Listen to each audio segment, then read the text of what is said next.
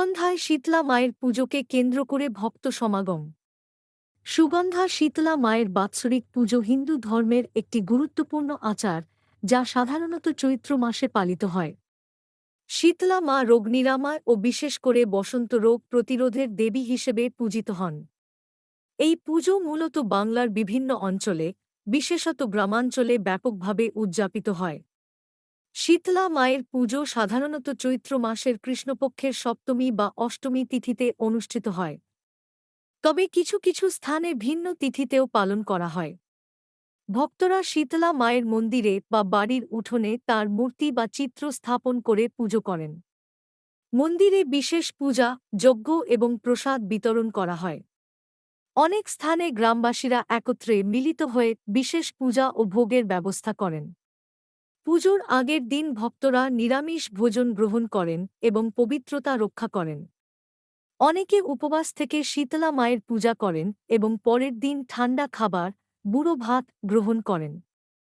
প্রতি বছরের ন্যায় এই বছরেও ১ এপ্রিল দিনে মহাসম্বরে বাৎসরিক পূজা অনুষ্ঠিত হল সুগন্ধার শীতলা মন্দিরে।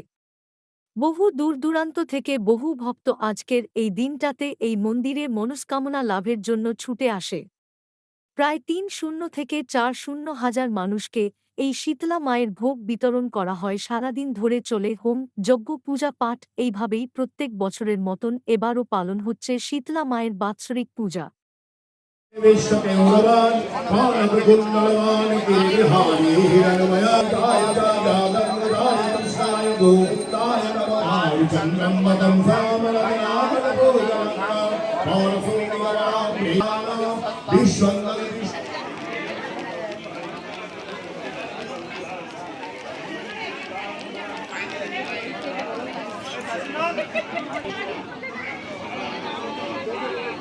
বলুন।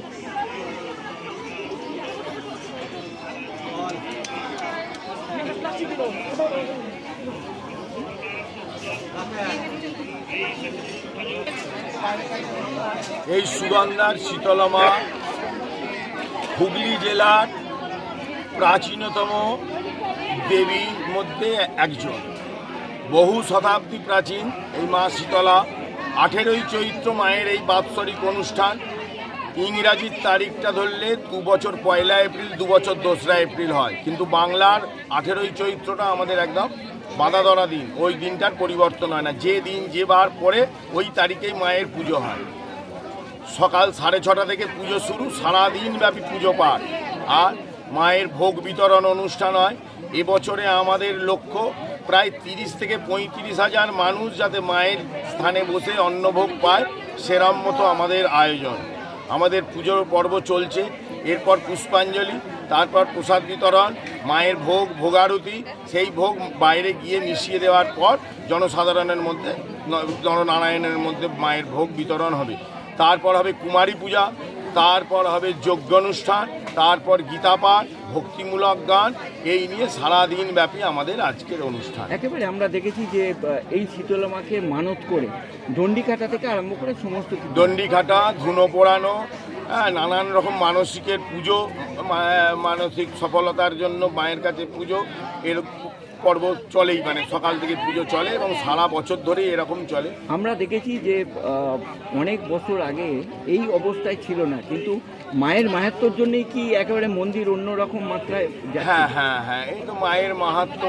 মাই নিজের মন্দির নিজে করে নিয়েছে, মাই মায়ের ভক্তকে টেনে নেন। আমাদের এখানে কোনো কিছুই নেই, আমরা যৎসামান্য একটু মায়ের সেবা করতে পারি, এইটুকুই আমাদের আনন্দ।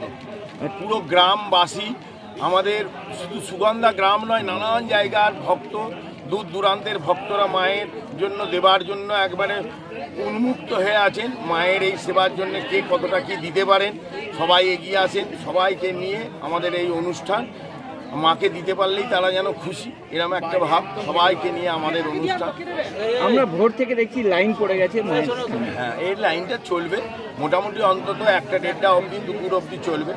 আবার কিছুটা দুপুরে ভোগ খাওয়ার ওইদিকে একটু ভিড় থাকবে, তারপরে আবার শুরু হবে বিকেল থেকে পুজো দেওয়ার। বিকেল থেকে একদম রাত্রির 8টা অবধি আমাদের ভোগ বিতরণ হবে।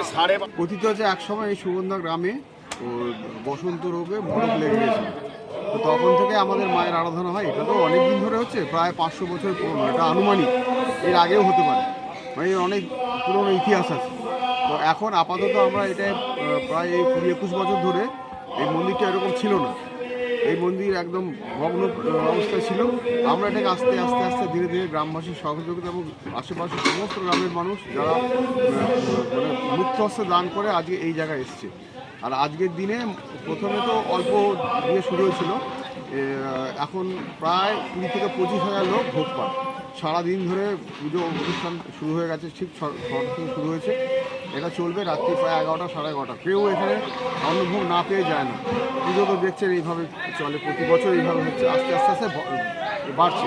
অন্য জায়গায় একটা কথিত আছে যে পান্তা ভাত হ্যান ত্যান দিয়ে চলে, এখানে যে নিয়মটা আছে, কিন্তু একেবারে যে অন্নভোগ গরম গরম সারা রাতে, এইটা কেমন সারা পান বা?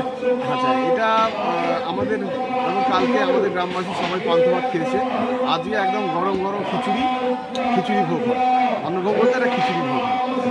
আগের দিন পান্তা খেয়ে তারপরে আজকে করো, মানে গোটা গ্রামের লোক কালকে পান্তা ভাত খেয়েছে, আর আজকে গরম গরম ভোগ দিয়ে শেষ হবে। এই জন্য কি সারা বছর ওয়েট করে থাকবে? ওরে বাবা, অধীর আগ্রহে আমরা সারা বছর এই দিনটার জন্য অপেক্ষা করি, কবে এই দিনটা আসবে।